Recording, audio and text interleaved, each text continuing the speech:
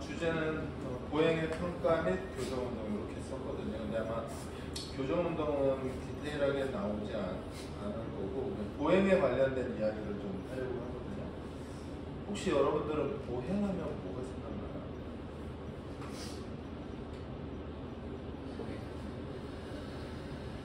신체 중심이 생각납니다. 신체 중심. 또 보행 속도, 왕복, 그렇죠. 또 사람한테 꼭 필요한 생존수단. 네. 또 뒤꿈치에서 넘치고 가는 건강의 지표가 생각납니다. 뭐 여러 가지 생각이 많이 날 텐데 저는 이제 보행하면 어떤 생각이 드냐면 우선 걷는 걸 겁나 좋아한다고 해서 그래서 동네 공원에 가면 거의 모두 걸어 다닌다. 최근에는 뛰는 사람이 살짝 생겨서 뛰는 사람도 있지만 너무 걷는다. 이런 생각하고 또 하나는 이제 뭐 아까 말한 기술적 문제들. 그렇다면 진짜 잘 걷고 있을까? 사람들이 잘 걸을까? 만약에 못 걷는다면 뭐 때문에 못 걷지? 뭐 이런 생각들을 저는 좀 많이 하거든요. 그래서 뭐 가끔 저는 운전하고 가다 이렇게 신호등에 차 세워놓고 사람들 걸어가는 거 보면 되게 재밌거든요. 정말 생김새랑 거의 똑같더라고요. 하나도 같은 사람이 없는 것 같아요. 이제 그런 부분이 매력적이다. 그래서 대신에 이제 보행의 평가는 그냥 일반 우리가 말한 스태틱 포스처보다는 더 어렵다. 움직이니까. 그럼 뛰는 건 이것보다 더 어렵다. 분석하고 찾아내고 뭔가 행위를 하는 데 있어서. 하지만 올바로 걷는 게 안 되면 그 다음 것들은 쉽지 않을 거다. 또는 올바로 걷지 못하면 최소한 앵클, 니, 힙의 유기적인 움직임은 좋지 않을 거다. 뭐 이 정도의 생각들은 계속 하고 있어요. 그래서 그래서 그런 것도 있고요. 그래서 얘는 이제 이게 캔달 맞나요? 맞아요. 뉴만의 책인데요.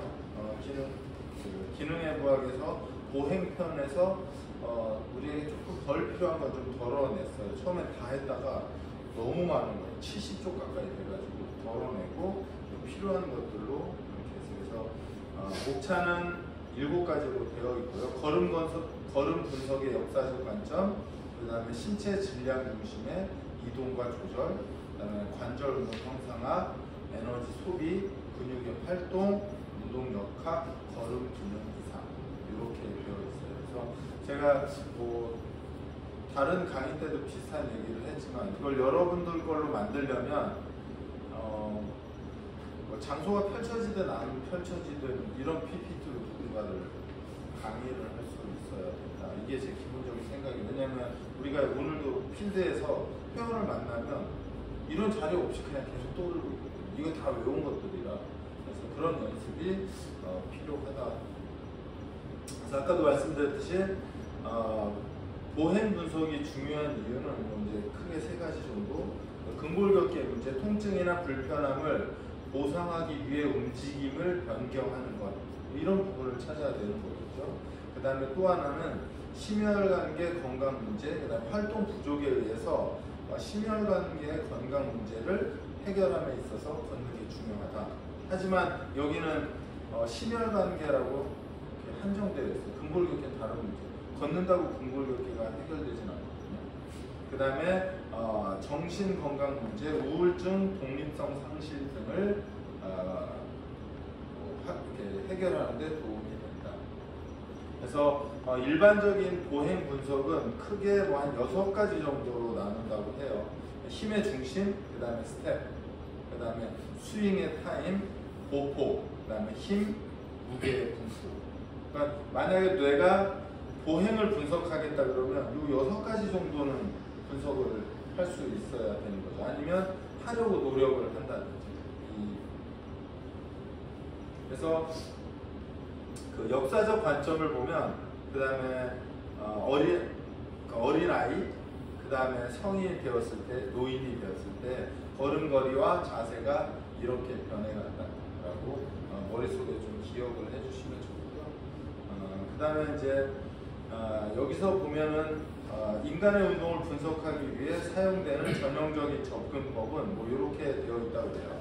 여기서 인체 측정법, 그다음에 운동 형상화, 그 다음에 지면 단력, 그라운드 리액션 포스죠. 내가 아까 선생님이 얘기한 뒤꿈치부터 힐, 미드, 토 어떻게 사용해서 앞으로 나아갈 것인지, 이것들이 이제 운동 역학과 맞물려서 관절의 힘, 그 다음에 토크, 그 다음에 일률들을 만들어내거든요. 근데 이게 예를 들어서 그 지면 발력기 같은 걸 깔지 않으면 사실은 거의 측정 불가하거든요. 그러니까 우리가 눈으로 찾는 수밖에 없거든요. 그래서 제가 뭐 항상 얘기하듯이 뭐 고가의 장비가 있으면 좋긴 하지만 없으면 내 눈이 고가의 장비를 대신하면 그 돈을 투자금을 대신할 수 있다. 저는 개인적으로 그렇게 생각해요. 그래서 이제 모델링은 근전도를 이용해서 검사를 하기도 하죠. 근전도 역시도 근육의 전도니까 이게 사실 또 장비가 필요하죠. 돈이 필요하고요. 그래서 이런 것들이 이제 개별적인 근육의 힘의 움직임을 확인하는 건데, 저는 사실은 그냥 걷는 거 보고, 그러니까 우리가 매일 하는 ROM이나 특히 이제 움직임의 폭을 보고 어떤 근육이 많이 생길까를, 그러니까 많이 자극을 받을까를 유추하죠. 예를 들면 도시플렉션이 충분하지 않다면 티비알리스 안테리어는 그죠? 정상적으로 쓰일 가능성이 없거든요. 그러면 이게 근력이 없던 건지 뭐 관절의 가동성이 부족하다든지 이런 것들로 유추해내는 거죠. 그렇게 유추하고 우리가 우리 전 수업에 했던 ROM이나 MMT 형태로 확인하면 됩니다. EMG가 없다는, 뭐 수천만 원짜리 EMG가 있으면 좋겠지만 제가 볼 때는 쉽지 않아요. 일하면서 그거 세팅하고 뭐 실험실이 아니기 때문에. 그래서 이제 그 보행은 이제 기본적으로는 이렇게 되어 있어요. 뒤꿈치 닿기 힐 컨택에서 시작해서 그 다음에 오른쪽에 뒤꿈치 닿기에서 왼쪽에 뒤꿈치 닿기까지 여기를 스텝이라고 해요. 스텝. 하나의 스텝을 오른쪽 뒤꿈치에서 왼쪽 뒤꿈치를 딱 닿는 이걸 스텝이라고 하고요. 그 다음에는 오른쪽에서 다시 오른쪽의 뒤꿈치를 닿으면 얘를 스트라이드라고 해요. 그러니까 오른발에서 왼발은 스텝, 오른발에서 왼발 갔다 오른발까지 가면 스트라이드라고 해요. 그래서 이렇게 정의한다. 그래서 뭐 왜냐면 뭐 제가 항상 얘기하듯이 저 역시도 누군가랑 이제 보행 이야기를 하려면 이 기준대로 이야기를 해야 언어가 통하기 시작하겠죠. 그래서 이제 걸음을 이렇게 분석한 걸 보면 만약에 여기 보이시는 것처럼 오른발이 뒤덮어졌을 때 왼발까지의 한 걸음은 대략 한 72cm 정도, 뭐 성인을 기준이죠. 72cm 정도 되고요. 그 다음에 발의 각도는 대략 5에서 7도 정도가 바깥으로 익스터널 로테이션 된다는 거죠. 그럼 완벽하게 이렇게 완벽한 일자가 아니라 여기서 5에서 7도 정도 돌아가 있는 게 일반적인 각도이다라고 생각하면 돼요. 그리고 나머지는 특별하게 중요한 건 없는 거고요. 그 다음에 이제 어떤 장애가 있거나 이제 그런 경우에는 걸음이 이제 달라지니까 그 달라짐은 사실은 스텝의 차이죠. 오른발의 스텝의 길이, 랭스죠. 길이의 차. 그러면 오른발에서 왼발이 디딜 때는 오른발의 푸시로 왼발이 디뎌지는 거잖아요. 반대가 되면 왼발의 푸시로 디뎌지는 거니까 만약에 이 길이의 차가 존재하다면 대체적으로는 푸시하는 다리에 힘의 문제가 있을 가능성이 크다. 그 다음에 이제 길이는 같아도 리듬이 달라질 수도 있거든요. 그래서 이제 그런 부분들을 보면서 이 게이트를 분석해 나가는 거죠. 그래서 여기서 보면 뭐 노말 정상적인 게이트, 그 다음에 뭐 통증이 있는 엉덩관절에 통증이 있는 경우는 뭐 이렇게 지금 여기도 보면 78cm죠. 오른발에서 왼발, 왼발에서 오른발의 스텝이 78cm인데 여기서는 이제 힙에 페인이 있는 경우는 오른발에서 왼발로 할 때 41cm고 그 다음에 왼발에서 만나요. 왼발에서 오른발로 할 때 31cm의 보폭의 차가 생기죠. 그 다음에 이제 편마비 같은 경우는 더 줄어들어서 33cm에 27cm 정도 이렇게 줄어들게 되고요. 그 다음에는 파킨슨병이 있으면 26에서 24cm로 줄어들어요. 24cm면요 거의 제 발이 27cm니까 거의 이 수준에서 끝나는 거죠. 스텝이 엄청 줄어들어요. 만약에 제가 70 몇 cm를 가면 이 정도 되면 70 몇 cm 되죠. 그러면 발 하나에서 하나 반이 줄은 거죠. 그죠? 대략. 그래서 정상적인 보폭이다 아니다를 만약에 구분하면 제가 이걸 27cm 하면 이거 몇 cm예요? 27cm가 두 개인데 24. 그렇죠. 이렇게 됩니다. 70. 그죠. 대략 그럽니다. 정상 보폭 비슷해요. 그래서 저는 사람 볼 때 그 사람 발이 두 개의 공간으로 들어가나 안 들어가나를 확인해서 그 보폭을 봐요. 이해되죠? 왜냐면 내가 이렇게 하니까 내가 이렇게 돼야 정상 보폭인 거잖아요. 이거보다 안으로 들어오면 작은 거. 대충. 그래서 이제 보통 이제 스텝을 뭐 여러 가지 있는데 자기 키에서 100 정도를 빼면 자기 스텝이라고요. 제가 175니까 100 빼면 저는 75cm가 제 보폭이에요. 그래서 제가 뭐 운동 가면 거의 계속 그것만 생각하는 거예요. 75. 근데 생각보다 75cm의 보폭이 되게 길어요. 그리고 그렇게 걸으면 이 발의 플랜터 플렉션이 엄청 세요. 그래서 이렇게 되어 있다. 그래서 이제 보통 이제 뭐 걸음의 시간적 뭐 서술은 한 발의 짝률, 한 걸음 시간, 한 발짝 시간 이렇게 시간의 개념으로 되어 있고 시간, 그 다음에 속력 이렇게 되어 있는데요. 보통 걷기의 속력은 초당 1.37m를 가는데요. 그러니까 대략 1.4초를 기준으로 하거든요. 그러니까 초당 1초에 1.4m를 가야 되니까 1.4m는 생각보다 길거든요. 그러면 아까 70 몇 cm라고 했잖아요. 그죠? 1초에 70 몇 cm, 그러니까 1.4m를 가면 속도로 가면 어떻게 돼야 돼요? 여기서 똑딱이어요. 똑딱.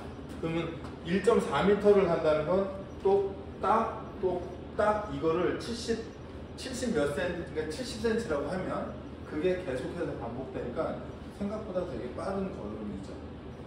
그래서 대략 시간은 그냥 저는 1.4 대략 레퍼런스를 거의 다 1.4를 얘기하거든요. 그래서 1.4 정도를 기억하고 계시면 좋을 것 같아요. 그래서 뭐 여기는 다 속력과 관련된 거예요. 그래서 대략 여기도 보시면 이게 이제 레퍼런스에 달린 건데 1.48, 1.40, 대략 1.4잖아요. 대략 1.4 정도로 기억하시면 좋을 것 같아요. 길이는 뭐 이렇게 0.7, 0.76 뭐 이렇게 되어 있어요. 그래서 이 정도를 기준으로 삼으면 될 것 같아요. 그 다음에 이제 뭐 뒤에도 나오겠지만 걸음의 주기가 디딤기, 그 다음에 그러니까 디딤기가 뭐냐면 그라운드 컨택한 시간, 그 다음에 흔들기는 발이 바닥에 떨어져서 스윙하는 보통 스윙 페이지라고 하거든요. 이 차이는 6대4. 딛는 시간이 떠 있는 시간보다 길다. 그래서 걷는 거예요. 근데 이제 제가 아마 3주 후인가 런닝이 될 텐데 런닝은 뒤바뀌어요. 딛는 시간보다 떠 있는 시간이 길어지는 거죠. 대략 그렇게 보시면 될 겁니다. 그래서 이제 여기 또 하나 보시면 이런 게 나오거든요. 걷기 속력을 증가시키기 위해서는 한 발짝 길이 증가를 이용한다. 우리가 걷는 속도를, 왜냐면 이 걷는 속도가 1.4라고 4가 좋다고 그랬잖아요. 1.4인데 1m 밑으로 떨어지면 그게 1m 및 0.8, 0.9, 0.7 이렇게 될수록 0.7인가 넘어가면 요양병원으로 곧 들어간다. 이렇게 정의하고 있어요. 그러니까 이제 이 걷기 속도가 1.4에서 밑으로 떨어지면 떨어질수록 병원 신세를 질 가능성이 높다. 이렇게 되어 있거든요. 그러면 이 걷는 게 우리에게 얼마나 중요한 지표를 주는지 알 수가 있죠. 그래서 이제 아까 말했듯이 걷는 속력을 증가시키려면 한 발짝이니까 스텝이에요. 이 한 스텝의 길이를 우리가 70cm로 여기서 정의했잖아요. 이 70cm를 확보합니다. 근데 아까도 말했듯이 공원에서 걷는 사람들이 보면 확보 안 하고 빨리 걷게. 네, 종종걸음으로 빨리 걷게 되거든요. 하지만 우리가 첫 번째 해야 될 거는 스텝을 넓히는 거예요. 기본적으로는. 뭐 이제 뒤에도 제가 얘기하겠지만 스텝을 넓히려면 최소한 세 가지가 존재해야 돼. 하나는 한 발로 오랜 시간 균형을 잡을 수 있어요. 그러니까 한 발 서기. 이 한 발 서기를 오래 할 수 있어야 멀리 갈 수 있어요. 그 다음에는 얘가 벌어져야 되잖아요. 그죠? 아니면 힘이 있으려면 여기서 발끝으로 밀어야 반대발이 이렇게 쭉 나가거든요. 그러면 이 발은 힘이 있어야 되고 이쪽 발은 고관절을 포함한 다른 관절들이 부드러워야 돼요.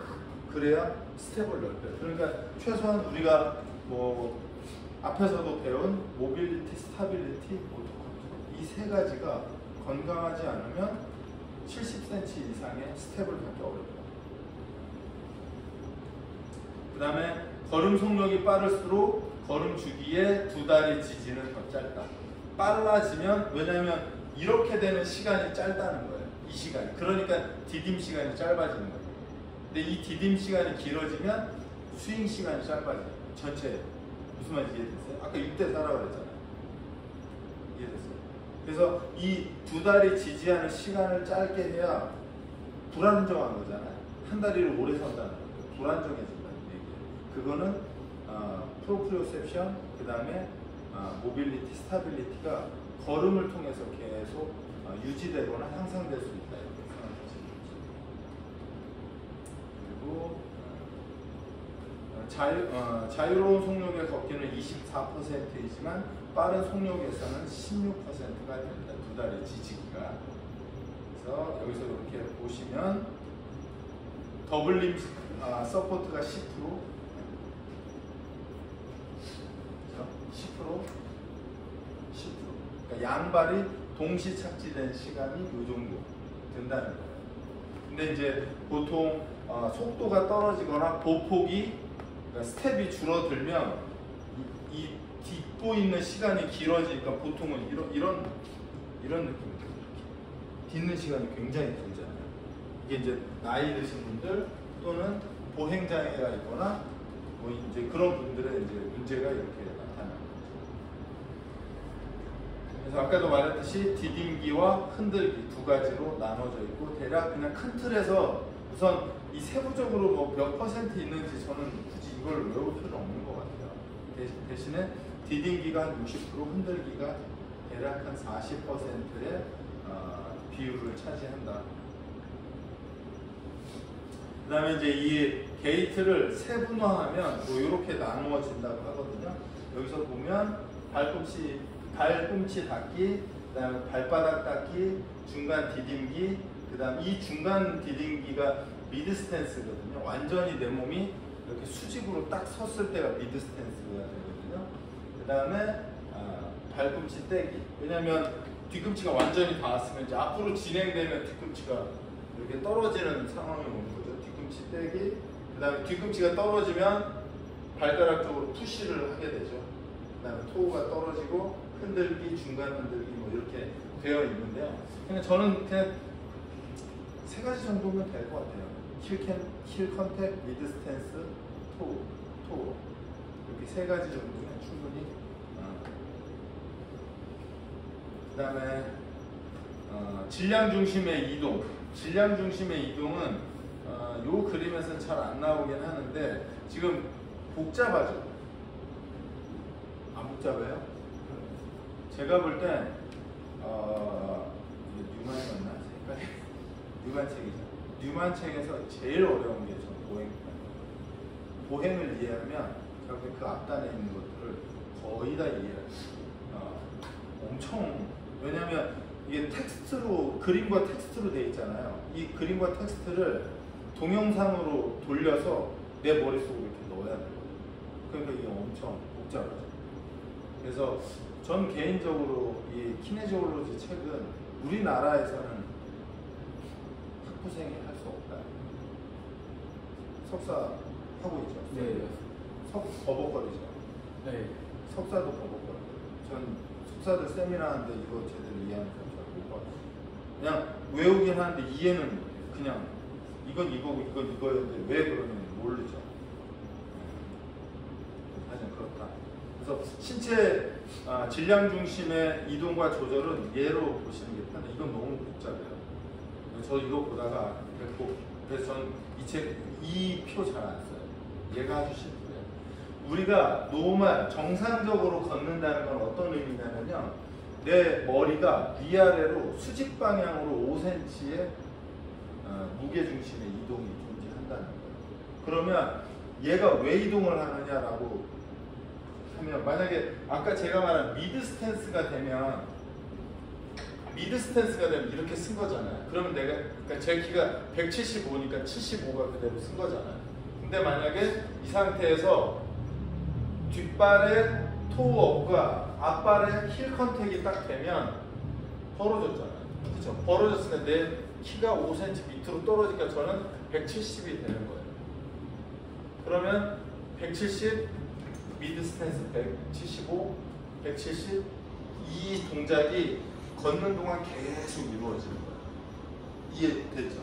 그래서 얘를 5cm라고 해요. 그 다음에는 여기 보이죠? 여기 좌우로 우리 몸이 4cm 움직인대요. 4cm로 움직이는 건 제가 이렇게 섰잖아요. 골반 넓이에서 이렇게 쓰면 무게중심이 여기 있어요. 근데 제가 다리를 들면 무게중심이 이동하죠.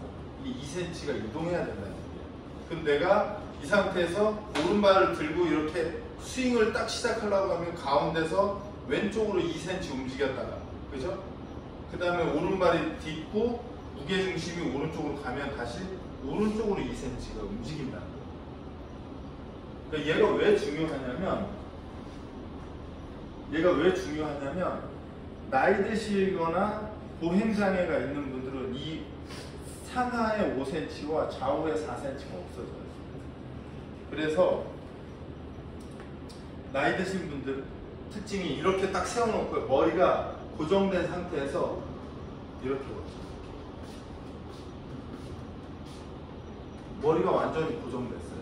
왜냐면 양발이 지면에 거의 완벽하게 붙어있는 상태에서 걸음을 걸으니까 얘가 그대로 그냥 내가 진행 방향에서 옆으로도 안 흔들리고 위아래로도 안 흔들리고 체중 이동을 못 하는 거예요. 왜냐면 체중 이동을 완벽하게 하면 한 다리에서 그러니까 로드를 다 걷고 한 발로 균형을 잡아야 되는데 균형도 못 잡고 힘도 없으니까 한 발로 100% 체중 이동을 못 하는 거예요. 그러면 예를 들어서 이렇게 붙이면, 예를 들면 그러니까 한 발로 완벽하게 이동하면 100대 빵이잖아요. 이 100대 빵을 못 하니까 이렇게 이동시켜 놓고 한 7대 3, 6대 4 그 상태에서 다시 반대로 이렇게 옮겨가는 거예요. 그러니까 무게중심의 이동이 생각보다 없어집니다. 이해되시죠? 그래서 나이 드신 분들의 특징이 상하 진폭과 좌우 진폭이 생각보다 없어진다. 근데 가끔 젊은 사람들은 이렇게 걷는 사람들 있잖아요. 이렇게. 그죠? 둘 중에 하나야. 건달 아니면 모빌리티 떨어지는 거. 대략. 농담이고. 하지만 그렇다. 그래서 여기에서 5cm의 수직 이동이 무엇을 의미하냐면요. 에너지의 위치 변화라고 해요. 그래서 이제 보통 자전거로 표현하는데, 아까 말했듯이 미드 스탠스 단계가 가장 높은 곳에 있잖아요. 정점에 있으니까 여기에서 그러니까 속도로 하면 여기에서 제가 오른발을 뻗으면 가장 빠른 속도예요. 전체 걸음에서 얘가 가장 빨라요. 그랬다가 토어업과 힐 컨택 사이에서 다시 미드 스탠스로 올라가면 요 단계가 돼요. 요 단계. 그럼 어떻게 속도가 느려지는 거죠. 이해돼요? 그러니까 우리가 걷는 게 이렇게 쭉 이렇게 직선으로 이렇게 속도가 동일하게 차처럼 가지 않는다는 이런 느낌. 띡띡띡 이렇게 속도로 잘라보면 이렇게 가는 거예요. 그냥 이렇게 가는 것처럼 느껴지죠. 그래서 요새 그 유튜브에서 난리난 미드 푸시냐, 포 푸시냐, 리어 푸시냐 난리가 나는데 뒤꿈치는 안 돼요. 뒤꿈치를 다는 순간 이렇게 뛰어갖고 효율성이 나올 수가 없어요. 런닝은 이렇게 뛰는 거거든요. 걷는 거는 이렇게. 왜냐면 이 동작이 나오는 순간 무조건 브레이크가 걸리니까 지속적인 동일한 속도로 달릴 수가 없어요. 왜냐면 자동차를 그렇게 달린다고 생각해봐요. 에너지 효율성 어떻게 봐요? 최악이겠죠. 그래서 기본적으로 토어업과 힐 컨택에 의해서 이렇게 토어업과 힐 컨택, 그 다음에 미드 스탠스의 이 두 가지가 속도 차를 만들어냅니다. 그러면 이제 저는 이 걷기 설명할 때 그러거든요. 미드 스탠스와 토어업 힐 컨택이 분명히 존재하는 사람과 이렇게 존재하지 않는 사람은 기본적으로 걷는 거리가 누가 길어질 것 같아요? 응? 첫 번째는 뭐예요? 이 컨테이너가 다 있는. 그죠? 왜냐면 봐봐요. 이렇게 5cm를 계속 움직이면 평지를 걷는 게 아니라 내가 언덕길을 올라갔다 내려갔다 하니까 이거 쭉 피면 거리가 더 늘어날 거 아니에요. 그죠? 그 다음에 옆으로 4cm를 이렇게 움직이면 전체 움직임 길이를 쭉 펼치면 더 길어질 거 아니에요. 그러니까는 걸으면서 뭐 보통 이제 파워워킹이라고 하는 건 사실은 이 동작을 정확히 구사했느냐 구사하지 않느냐가 뭐 제대로 파워워킹이냐 아니냐를 구분할 수 있는 그런 지표가 되는 거죠. 여기까지 이해됐죠? 네. 자, 그 다음에 이제 펠빅인데요. 펠빅. 진짜 저는 이거에다가 그거 뭐죠? 그거 책이 기억이 안 나요. 스포츠 한의학에서 건너가요. 쉬는 시간에 제가 여기에서 보면 얘는 뭐를 설명하는 거냐면 사지탈 면에서 펠빅의 틸트가 어떻게 되느냐 이거 보면 이해가 안 돼요. 저는 이거 할 때 어떻게 했냐면요 제 ASIS를 잡고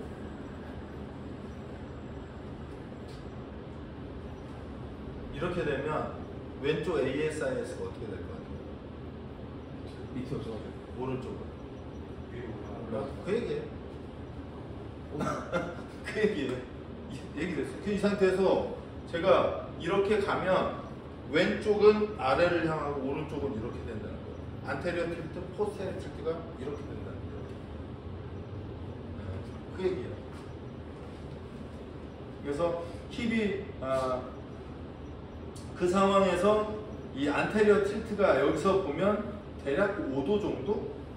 그죠? 5도 정도 움직인다고 하고 힙은 플렉션이 30도, 그 다음 익스텐션이 10도예요. 그러면 보세요. 플렉션이 30도면 이 정도는 나가야 된다는 거잖아요. 그죠? 그러면 이게 폭이 40도잖아요. 앞으로 30도, 뒤로 10도니까. 그러면 플렉션은 이해됐죠? 근데 사람들이 대체적으로 뭐가 잘 안 되냐면 익스텐션이 안 돼요. 이유는 이 상태에서 익스텐션이 되려면 얘가 중립 포지션에서 이 토업이 될 때까지 얘를 한 발로 버텨야 얘가 되거든요. 무릎이 펴진 상태로 버텨야 돼요. 그렇게 안 되면 이렇게 되면 0도의 상태를 계속 0도 또는 여기서 5도에서 10도를 플렉션한 상태로 걷는 거예요. 이렇게 이런 사람이 근데 그러면은 이제 저 걷기만 하는데 무릎이 아파요 하시는 분들은 좀 이쪽에 해당이 됐어요. 아주 무릎이 아주 가능성이 있죠. 힙을 안 쓰니까. 우리가 쓸 수 있는 게 밑에서만 보면 앵클, 니, 힙 3개잖아. 근데 만약 힙을 안 썼어. 그럼 쓸 수 있는 애는 2개밖에 없잖아. 그럼 둘 중에 하나가 데미지를 입는 거죠. 아까도 말했듯이 얘가 마이너스 10도의 익스텐션이 만들어지려면 미드 스탠스에서 힐이 오프되면서 이렇게 밀 때 무릎이 펴져 있어요. 그죠? 그래야 10도가 갈 거 아니에요. 그러면 힙이 액티베이션 될 수밖에 없거든요. 힙이 액티베이션 되려면 반대로 쿼드는 늘어나요. 쏘았어요. 얘가 짧으면 이렇게 되겠죠. 이해됐죠? 네.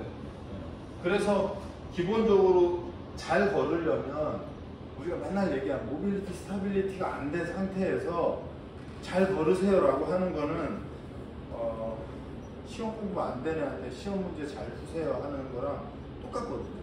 그래서 힙은 그렇게 됐다. 그래서 제 경험으로 대체적으로 게이트에 문제 있는 분들은 다 익스텐션 쪽으로 조금 더 비율이 좀 많게 가지고 기본적으로 요새 운동을 저희가 하고 있잖아요. 걸음걸이가 좀 달라진 느낌이 좀 나요. 그래서 약간 무릎이 탕 튀어나가듯이 그런 느낌이 나고요. 그죠? 고관절에서 회전에서 약간 몸이 이렇게 돌면서 걷는 느낌이 퉁 차지는 그런 거죠. 느낌. 네, 맞아요. 그래서 잘 걸으면 어떤 식이 되냐면 아까 말했듯이 지금 정호가 여기서 내가 얘를 발끝으로 차버리니까 얘가 이 참에 의해서 그냥 발이 앞으로 툭 뻗어나가는 거예요. 안 차면 이렇게 되니까 끌고 간다 해야 되나? 그러니까 축구공 차듯이 여기서 발이 이렇게 툭 차지는 거죠. 그런 느낌이에요. 맞아요. 그게 이제 그러니까 토가 그러니까 지면을 밀어주면 그 힘에 의해서 이 앞쪽 그 스윙 페이지가 자연스럽게 되는 거예요. 엄지발을 딛는다는 느낌이 좀 잘 나요. 맞아요. 네.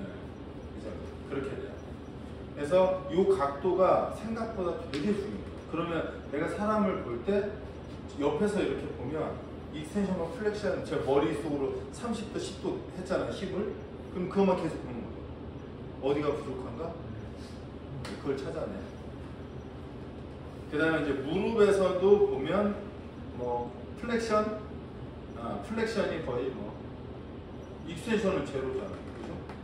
그럼 플렉션이 지금 굽힘 상태에서 한 50도까지 50도, 60도까지 들어가니까요. 그 다음에는 앵클은 도시 플렉션과 플랜타 플렉션인데요. 도시 플렉션은 아무래도 50% 수준이니까 힐 컨택하는 이 순간이 그죠? 컨택 직전이 이때 각이 제일 커지겠죠.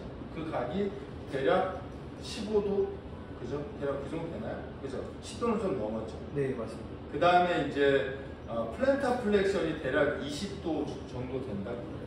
이 상태에서 도시 플렉션은 그라운드 컨택하는 바로 전 지점이 이 정도 될 거고, 그 다음에 플랜타 플렉션은 여기에서 이렇게 미는 거죠. 근데 이렇게 미는데, 그래서 이제 발목 쪽에서 움직임이 안 좋은 사람의 특징은 대체적으로 그 휴머노이드로 보여있죠. 휴머노이드 이렇게 걷잖아요. 이렇게. 그죠? 그러면 봐요. 발목 안 썼죠? 고관절 안 썼죠? 그럼 뭐 써요? 정상일 수가 없어요. 이렇게 휴머노이드죠. 휴머노이드. 그래서 큰 틀에서는 이렇게 생각을 하면 됩니다. 근데 이제 마찬가지로 이제 우리가 3차원에서 보잖아요. 사지탈 면을 다 봤어요. 근데 전 지금까지는 사지탈 면 빼고는 다른 건 잘 안 봐요. 이유는 그거 되면 나머지 프론탈 트랜스버스가 자동되는 거예요. 얘가 돼요. 왜냐면 얘가 예를 들어서 그런 사람 있잖아요. 걷는데 팔 이렇게 도는 사람 있잖아요. 그렇죠? 이렇게 도는 사람들은 지금 사지탈 면이 안 잡힌 거잖아요. 그리고 그럼 이게 횡단면으로 자꾸 만들어지니까 얘를 잡으면 팔이 이렇게 돌아올 수밖에 없어요. 물론 아주 예민한 것들은 그 횡단면과 뭐 다른 면에서도 문제가 있겠죠. 대체적으로는 그렇게 보여요. 그 다음에 이제 골반의 기울기, 골반의 기울기는 그러니까 어덕션, 비덕션이니까 이렇게 된다는 거예요. 이렇게. 그래서 저는 개인적으로는 있긴 하지만 아직 제 능력으로는 잘 보진 않아요. 어렵기도 하고 그냥 뭐 역학하시는 분들이 뭐라 할 수도 있는데 그냥 역학할 때나 쓰지. 우리가 하기에는 여기에서 옷 벗겨놓고 ASIS 움직임을 볼 수가 없잖아요. 너무 어렵다? 그 정도인데, 물론 이제 저는 이 말이 되게 트렘블렌 중국은 이제 그게 생기면 이제 이 디딤발에서 엉덩이가 이렇게 빠지게 되는 거거든요. 근데 얘가 빠지면 시상면에서의 걸음도 다 망가져요. 왜냐면 얘가 이렇게 빠졌는데 시상면에서의 아까 말한 힙과 니와 앵클의 움직임이 정상일 수 없거든요. 왜냐면 벌써 이렇게 빠져버리면 여기에서의 움직임도 다 망가지거든요. 그래서 저는 만약에 보행을 조금 더 한다라고 하면 시상면을 좀 더 잘 잡으면 거의 한 80-90점 이상은 게이트는 만들어지는 것 같고, 나머지는 조금 그냥 제 생각에 연구적인 어떤 차원이 좀 더 많을 수도 있지 않을까라는 생각이 들고요. 그 다음에 이제 뭐 물론 그걸 그렇게 안 보는 분도 있겠죠. 서브탈러 조인트 쪽에서의 인버전, 이버전 뭐 이런 것들이 있어요. 요거는 뒤쪽에서도 나올 거고요. 그 다음에 이제 걷기 속력의 기능을 나타내는 속도인 에너지 소비. 에너지 소비는 어떨 때 에너지가 제일 소비가 큰가 뭐 이런 건데요. 여기서 보는 것처럼 에너지 소비는 뭐 대략 1.4 정도일 때 좋다 이렇게 할 수 있어요. 그 다음에 이제 한쪽 발목이 고정됐거나 이제 어떤 문제가 있는 것들이에요. 그 다음에 이제 완전히 평된 상태에서 한쪽 무릎이, 그러니까 발목이 고정됐을 때 무릎이 고정됐을 때, 이건 이제 뭐 부상이나 이런 것에 의해서 캐스트가 쥐어지거나 뭐 이런 상황들을 얘기하는 건데요. 제일 큰 거는 맨 밑에 있는 거, 뇌혈관 사고니까 스트로크이죠. 스트로크에 의한 비정상적인 보행이 에너지 손실이 55%라니까 정상으로 걸을 때 100의 에너지를 쓴다. 근데 스트로크 같은 게 생기면 55% 손상이면 45%의 에너지만 쓰죠. 그러면 이게 당연히 대사질환의 위험성이 커지겠죠. 왜냐하면 에너지 소비가 안 되니까. 기초 대사량이 완전 다 떨어져 버리는 거죠. 그러면 뭐 보시면 그 다음이 대략 한쪽 무릎에 45도 굽힘 고정. 무릎이 45도 굽힘 고정이 돼 있어도 대략 37%.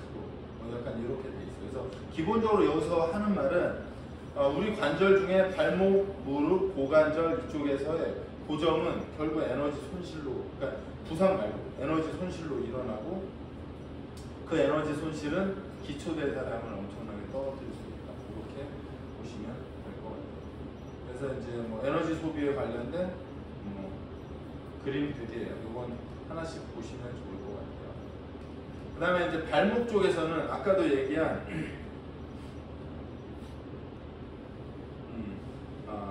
힐 컨택, 미드 스탠스, 이제 토업 세 가지로 나누어지는데 이렇게 되어 있어요. 아까 말했듯이 힐 컨택이 될 경우 도시플렉션이 몇 도라고 그랬어요? 15도. 그렇죠. 그러면 지금 이 상태에서 뉴트럴 포지션에서 15도니까 조금 더 당겨지는 거예요. 이 상태에서 힐 컨택이 들어가야 되죠. 여기서 닿을 때 이게 드랍되면 안 되니까 이 상태에서 TBRS 안테리어가 버텨줘야 돼요. 왜냐하면 얘가 드랍되면 뭐가 문제냐면 얘가 드랍되는 순간 무릎이 꺾여버려요. 무릎 꺾이면 안 되잖아요. 여기는 꺾이는 순간이 아니니까. 그래서 이 도시플렉션이 발목에만 문제가 아니라 무릎을 펴게 해주고 결국엔 고관절의 안정성을 잡아주는 거다. 그 다음에 이제 미드 스탠스로 넘어오면 무게중심의 완전한 이동, 한쪽 발로의 완전한 이동, 그 다음에 토어업 단계에서 이렇게 밀어주면, 이렇게 밀어줬을 때 여기서도 마찬가지로 쿼드의 힘이 주어지지 않으면 토어업을 할 수가 없어요. 얘가 버텨줘야 발을 밀어낼 수. 얘가 이렇게 되면 밀 수가 없고요. 이렇게 되면 끌죠, 다리를 이렇게. 얘로 끌어버리죠. 얘로 이렇게 밀어야 돼요. 발을 끌어서. 그죠? 그래서 여기서도 보는 것처럼 지면 반발력이 두 군데서 제일 많이 나오는 거예요. 힐 컨택하고 토어. 근데 만약에 이 힐 컨택과 토워크 없다? 지면 발력이 없는 거잖아. 지면 발력이 없다는 건 내가 근육을 쓰지 않는다는 뜻이야. 그래서 힐 컨택과 토워크이 엄청나게 중요하다, 게이트에서. 이렇게 보시면 돼요. 그래서 뭐 최대 지면 반발력은 뭐 대략 수직 지면 반발력은 체중의 120%, 앞뒤는 뭐 20%, 가쪽 반발력은 한 5% 뭐 이렇게 되어 있다고 해요. 그다음에 버티컬 포스, 수직의 포스는 뭐 이렇게 되어 있다고 해요. 요거는 뭐 하나씩 보시면 될 것 같아요. 왜냐하면 아까도 잠깐 말씀드렸지만 저도 사실 이걸 100% 우선 정확하게 이해 못했죠. 왜? 나한테 별로 안 중요하니까. 전 중요한 것만 배우기 시작합니다. 만약에 제가 사지탈 면의 교정을 다 했는데 안 잡혔다? 그러면 아마 제가 프론탈 트랜스버스로 갔을 것 같은데 제가 본 선수 일반인 거의 모두 그 면에서 거의 다 잡혔던 것 같아요. 우선은 그래서 이제 아까 선생님도 얘기한 대로 힐 컨택은 보면 뒤꿈치에 약간의 외측에서 힐 컨택이 일어나요. 그래서 신발을 보면 신발의 가운데에서 약간 외측이 닳기 시작해서 미드 스탠스로 하면 풋의 정중앙을 거쳐서 엄지와 검지로 밀죠. 그래서 혹시 그거 기억해요? 카프레이즈 할 때 어디로 밀까? 엄지. 이유는 게이트를 만들고 나중에 이제 뛰는 것도 이렇게 똑같으니까. 그래서 이제 보통 뭐 무지외반증 있는 분들이 보통은 이쪽으로 미니까 이 엄지발이 안쪽으로 꺾이죠. 그래서 대략 이렇게 보시면 될 것 같고요. 그 다음에는 운동 역학. 제가 역학 전공자는 아닌데 어찌됐거나 힙의 키네마틱하고 키네틱 이렇게 시상면을 보면 힙 조인트에서 굴곡과 신전, 아까 얘기한 30도에서 10도 정도. 그 다음에 엉덩이 관절에서의 토크는 이렇게 된다고 해요. 정확히 잘 저걸 이해하려면 시간, 에너지가 필요해서 제가 에너지 쓸데없는 거 안 쓰는데 좋아하는 스타일이라. 그 다음에는 이제 뭐 안쪽 돌림, 인터널 로테이션, 익스터널 로테이션이 대략 뭐 킬로그램당 뭐 요 정도 토크가 걸린다고 해요. 그래서 이게 왜냐면 아까 그 힐 컨택에서 바깥쪽으로 이렇게 돌리면 가쪽 돌림으로 들어갔잖아요. 그렇죠? 여기서 중립으로 왔다가 엄지발가락으로 하면 안쪽 돌림으로 들어가죠. 이 얘기를 이렇게 그래프로 그려놓은 거거든요. 그래서 이제 이게 사실은 이 헷갈리네. 뉴만이었나? 뉴만이었죠. 켄달이었나? 뉴만 책에 보면 이게 무릎에서 보면 게이트의 무릎 쪽으로 가면 이 발과 얘가 연결돼 있어요. 왜 얘가 힐 컨택의 바깥쪽에서 안쪽으로 들어가면 마지막에 얘가 이렇게 엄지발로 밀면 발이 어디로 갈 거야? 안쪽으로 가요? 그쪽으로 가요. 그 방향으로 되는 거죠. 그러면 이제 무릎은 그 방향을 받을 수 있게 그 무릎이 위치되어 있는 거예요. 근데 이렇게 뛰는 사람들은 이게 정상적인 구조에서의 러닝은 아니거든요. 걷는 것도 마찬가지죠.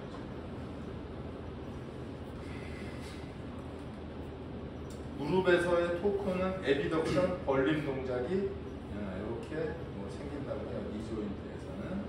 그 다음에 무릎 관절에서의 에너지, 발생과 흡수는 이렇다고 하는데 자세히 공부해서 궁금하면 공부해 보세요. 아까도 말했듯이 이게 가쪽 돌림과 안쪽 돌림이 무릎과 같이 이루어져 있으니까 무릎의 회전과 연결되어 있어요. 이렇게 보시면 되고요. 그 다음에 걸음 주기 동안에 뭐 내적 토크 이런 것들이 있고요. 그 다음에 앵클의 키네마틱은 아까 말한 도시플렉션, 플랜타플렉션 이 두 가지에 되어 있고 도시플렉션에서의 내적 토크가 생각보다 되게 많죠. 왜냐하면 도시플렉션은 내가 내 힘을 이렇게 밀어내는 거야. 온전히 내가 발휘하는 거잖아요. 아무런 어떤 외적 지지가 없고 내 플랜터 플렉션은 내가 힘을 바닥으로 이렇게 쓰는 거니까 내적 토크나 외적 토크가 되는 거죠. 이렇게 보시면 됩니다.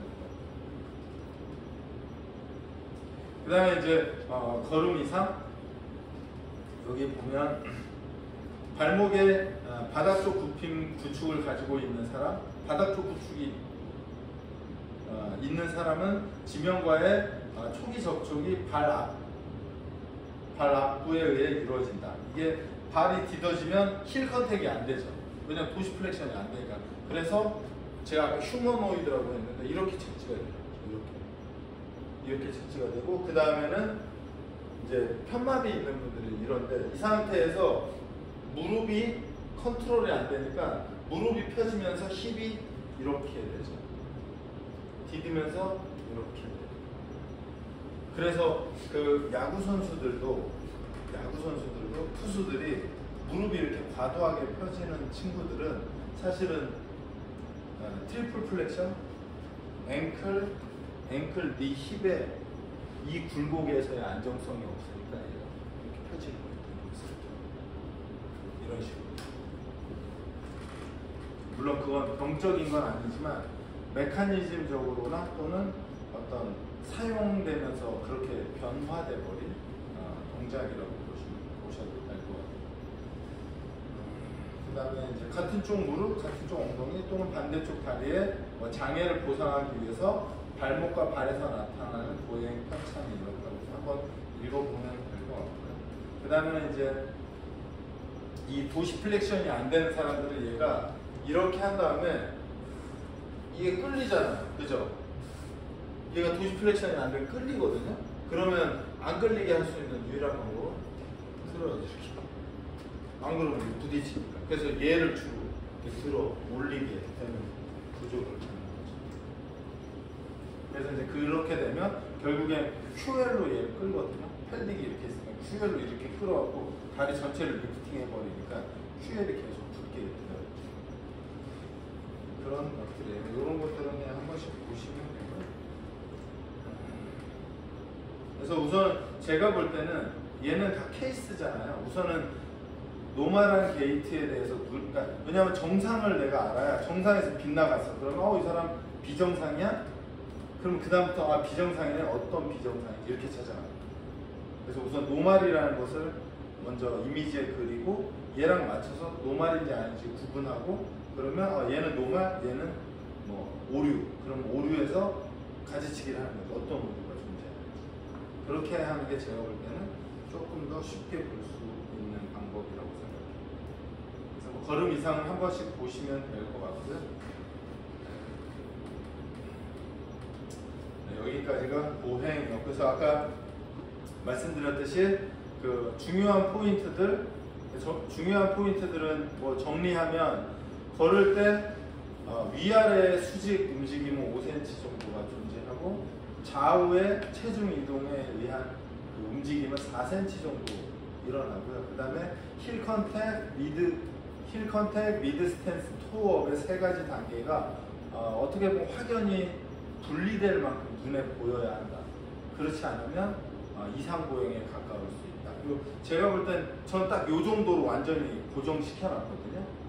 모르겠어요. 제가 뭐 보행 전문가 이러면 더 깊이 들어가겠지만 제가 일을 함에 있어서 그 정도면 충분했던 것 같아요. 지금까지. 물론 제가 시간이 지나서 이게 부족해 그러면 더 들어가서 디테일한 걸 뭐 보려고 노력할 수도 있겠지만 현재는 제가 일함에 있어서 이 정도만 봐도 괜찮았던 것 같아요. 네, 여기까지가 보행에 관련된 내용입니다. 혹시 궁금한 거 있으면 질문 받고 저희 수업